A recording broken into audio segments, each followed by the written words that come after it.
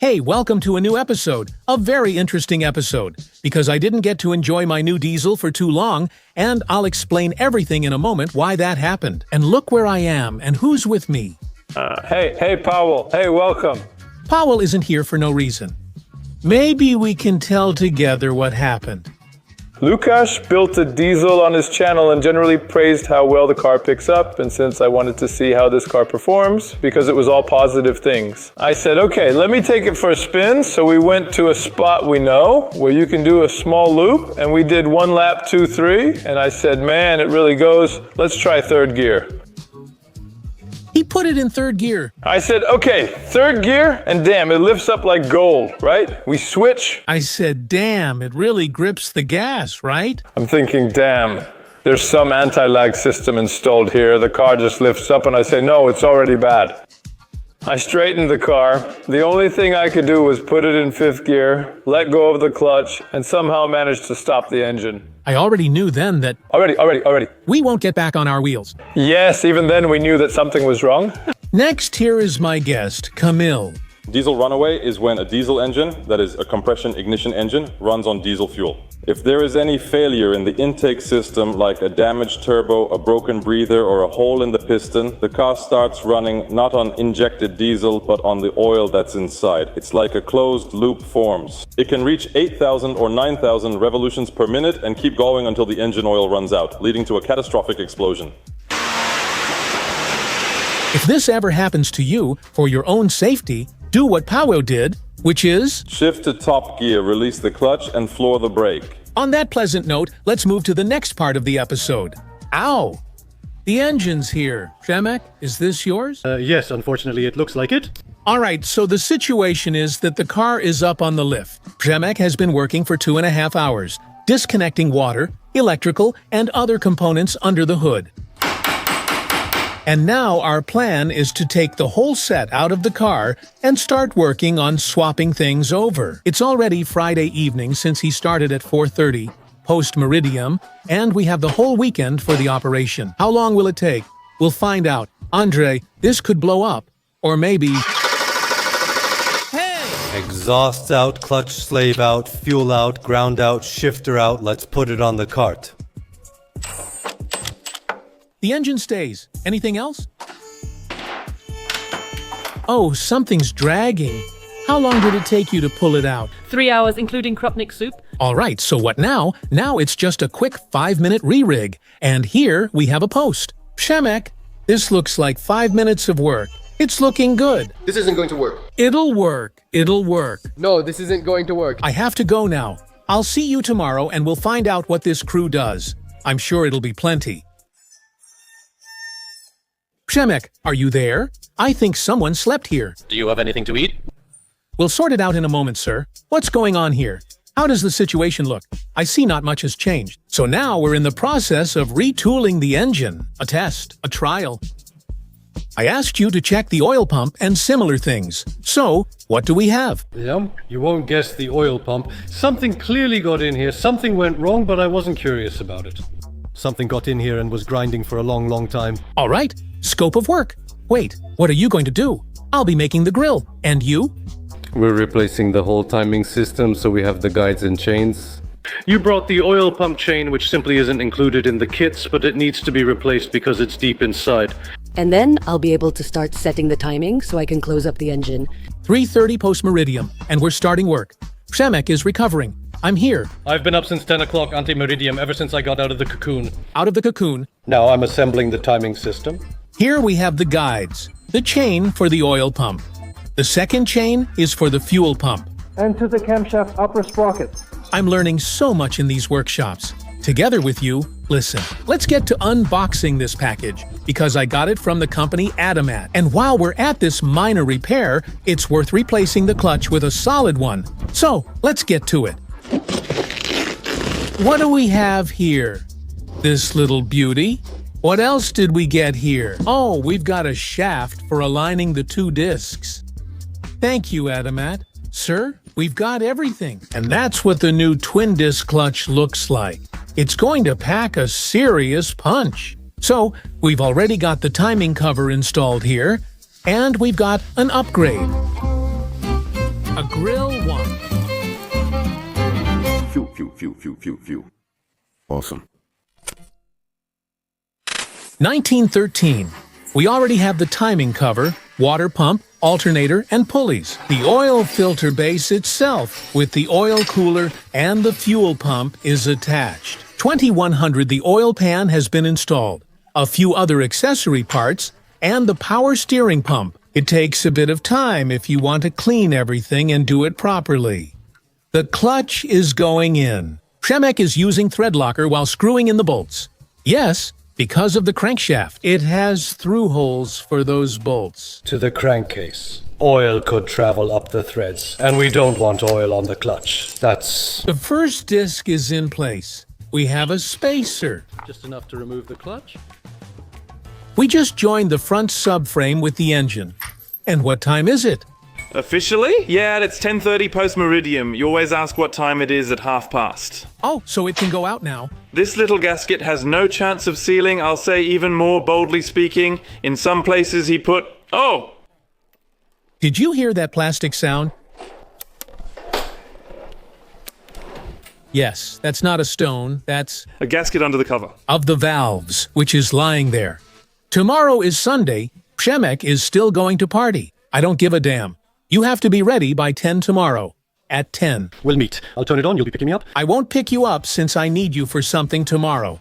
See you then. Adios, amigos. Ow. Sunday, 11:40. I just arrived. What happened during the night, Przemek? And you? What kind of guys do you like? I'll admit it to you when the engine starts. Okay, you've been here an hour. I heard 10, right? The grill's been burning, turbo installed, and wiring harness covers the valves after cleaning. Yeah, it's this makes harness. I'll start cleaning the gearbox.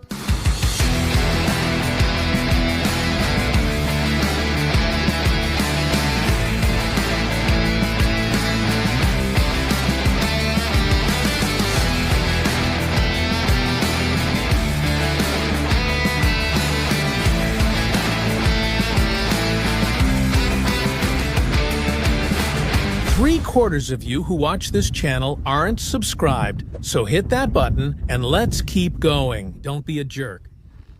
Subscribe! What are you doing? I'm going to ream the injector seats. Just like every time you take off the head, you have to resurface it, take off a few hundredths to make it straight. When you remove the injectors, heat can deform the surface, so you need to smooth it for a good seal. It's matched to a specific seat. To blow out the metal shavings from the cylinders, we use this kind of air blower. I was blowing through the soot channel here, and Przemek was turning the engine so the valves would open, which let us see the dirt coming out of the cylinders. Some carbon from the intake remained, but it wasn't audible. Carbon deposits are preferable to aluminum bits from the cylinder head. The injection system is connected, and now the first part of the drivetrain from the engine goes in, which is the gearbox. That's right, a bent back, perfect on the lower back, and we'll see how it goes. And the gearbox has landed. There's a new dedicated clutch slave cylinder from Adamatu, so it has enough force to push and disengage our clutch. And the engine has landed. Now the air conditioning is being assembled here by Przemek. 2 hoses. So yeah, listen, the car is already about 90% assembled. All right, Przemek, tell us, because you were supposed to talk about that nighttime adventure. You need to tell him when it starts or comes out. All right, I'll do it tomorrow if it starts. See you tomorrow, ouch. Monday, and again, Boyka service, and again, him. Hi everyone, everything is installed and ready, but hasn't started yet. If anything happens or explodes, we'll see and record it. All right, Groovy, get in the car. Come on, start it up. In the name of the Father, the Son, and the Holy Spirit. Andre, this is gonna blow. Or maybe... Hey! What was that? What he was smoking. He lit it!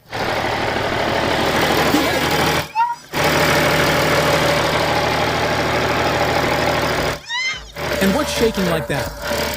That's how it's supposed to be. It's working. It will fill up with oil. We'll only wake up then. Hey, Przemek, but pour the oil in then. Yes. You can pour the oil in now. All ready? Can you? Isn't it that it rattles weirdly? No, that's right. It shouldn't be running. Does it rattle weirdly or not? No, it will run. Like I said, it will run. I wouldn't worry about it. But it's not funny anymore. No, it's starting to get expensive. It started getting expensive earlier. So the sound is the clutch, right? I thought it was the clutch. So it's not the engine? That's a relief. I almost had a heart attack. What now? Are we driving it in and bleeding it? But listen, the most important thing is that it started. That's right. Listen, Przemek started it. Tell us what happened from Saturday to Sunday night. Matuszek and I ended up finishing at 5 a.m. at Mewa. Support!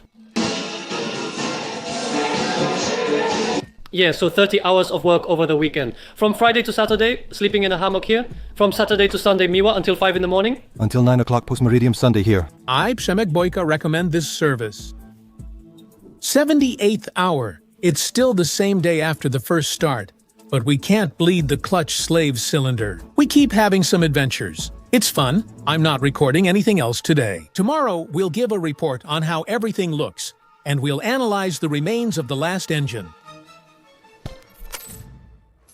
This is what the old engine looks like, and here, I've pulled out the last piston. Look how it's swelled at the end. There should generally be spots for the valves here, but they're missing. Only a small piece is left here. This is how a piston should look. There's a difference, isn't there? All right, listen.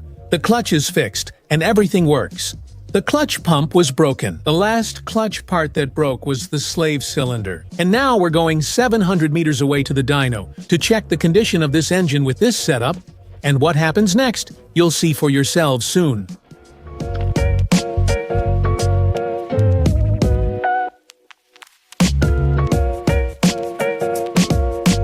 Hey, Robert, listen. How long have we known each other? A long time. About 60 years. For now, today is just a test version. We won't think too much about it because there's no time to mess around here. Yes, because I asked Robert about the new engine since it's a bit far to Mateusz in Poznan. You're stronger with diesels here and can make adjustments on the map, etc. And Robert was right to say, first you come over, we'll put it on the rollers, see if it's even good for anything, and only then will we think about any kind of tuning. So let's get to work.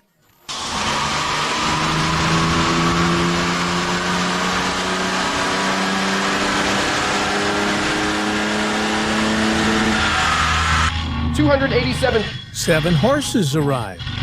Nice, but I can even see a pretty chart. I'm willing to cooperate. Well, I'm glad. The best part is, there's no major smoke, so there's still reserve.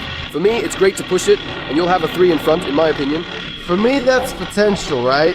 Mr. Robert Engineer, what happened here? Ladies and gentlemen, here's a panorama of the Tatra Mountains and the main peak. Seriously, as I said, just a quick measurement in 4th gear. It's inaccurate now, but in 5th gear, it'll be smaller. Probably about 630. But the horsepower is okay. It really doesn't smoke. I know you think it does, but it doesn't. It's eco-friendly, Greta approved. Trust me. How dare you! I see potential here and want to revive it even faster. 2,200 is already decent, but I'd really like it to be even faster. You know what I mean? It's about kneeling for coffee, yeah?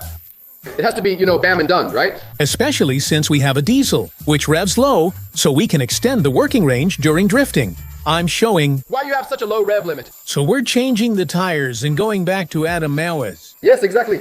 Listen, the story titled Engine Swaps is coming to an end. Thanks, Przemek, for your work, and for not going to Miła at 5 o'clock between Saturday and Sunday. I appreciate that too. Thanks for this enjoyable weekend ending Thursday. Before tuning, we'll do the initial oil change to remove debris that accumulates in a bare engine block. The engine arrived. It was open in the Laguna's trunk. That's why now we'll start the oil change procedure and flush this engine with a cleaner, just to clear all the gunk from the oil passages, cylinders, basically from everything, right? We'll do that and then go back to the dyno for some serious tuning. Let's get to work. And now let's get to it and pour this into my engine, because I'm about to do the first oil change after installing this block into the car. We've got a funnel here. As usual, it's spilled. It's filled up, and now let it run at idle for 15 or 20 minutes. Listen, What sets the Pulse Grand Touring apart from the competition? Namely, this, that we are right now in the middle of washing and we're driving the car. Thanks to this, while driving at up to 3 to 3.5 thousand revolutions per minute, the flushing process will be even better than just idling on a lift. We have nothing to worry about because this is an innovative technology with patented additives from the States. United. Also, 20 minutes and rinsing while driving. So now the car goes up and we drop the oil filter. All right, we're taking out the oil filter after the flush, after everything. I hope there won't be any metal parts. You can't see anything in the filter, just some sludge sticking, no big metal shavings or anything. That's really good. The engine is healthy. We're draining this oil, which actually, we've flushed the whole engine. We're pouring in along with our flush. Listen, what exactly are we pouring in? Now I'm going to pour 10W-60 into this engine. PMO Performance Series oil. The Performance Series means that this oil is dedicated to motorsports, where our oil will be working at high temperatures and high RPMs. Thanks to this, we have a formula here tailored for performance driving. Let's go. Listen, this takes 7.5 liters, so there's plenty to pour. Never-ending story. I told Alan, let's check the intake for oil, and there is oil. And just a moment ago, we took off the intake from the turbo, and Alan says, come on, check it. Listen, there's not just vertical play, but also unwanted lateral play. You saw it yourselves on the graph that the turbo was spooling up late, so I'm sending it for regeneration again. Let them check it. Let them check it thoroughly. And I hope that the boost from low revolutions per minute will improve, and everything will be sealed. Listen, so I'm heading home now, because tomorrow it will be a week since the engine swap operation started, and it's still ongoing. Boom! We just saw each other a few seconds later, but in reality, a couple of weeks have passed. I'm at Robert's place again. So, the guys just took out the controller and we're starting with the first measurement. Take a look at how the straps are fastened, so that this car with so much power doesn't jump out and cause peekaboo. Listen. Damn, I've never seen anything like this before, honestly. And I've experienced quite a few breakings in my life. So once again, something new with Robert.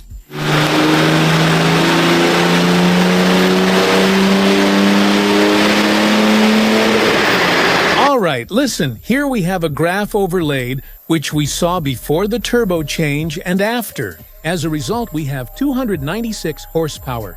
So that's 10 more horsepower. And we've also gained over 10 Nm. Robert, what do you think about this? He did an awesome job. For me, it's great since between 2000 and 2200, there are about 50 or 60 Nm. Exactly, take a look. Now you see, between 2000 and 2200, it's just some kind of gap. It's like a whole different world. It's out of this world. Turbines often need geometry adjustments after being assembled and disassembled. And what is the so-called injection angle, Mr. Robert? You said that the injector doesn't change its injection angle into the cylinder. What is that? You know what? It's the point at which the injection happens, and you know you have the movement of the piston, right? The injection time is how much for how many milliseconds, and the angle is at which point of the piston stroke. And now we can balance it, for example, economy and efficiency with this. How dare you!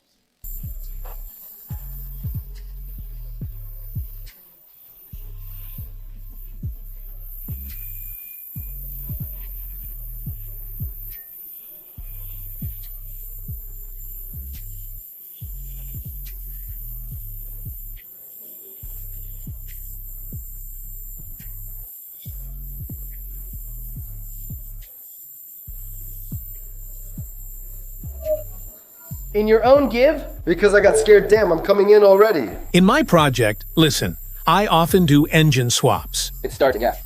Engine swaps. So, listen, check out my social media and Robert's channel too. There's a lot of technical knowledge there, and we'll see you in the next episode. Take care. Good luck. Bye.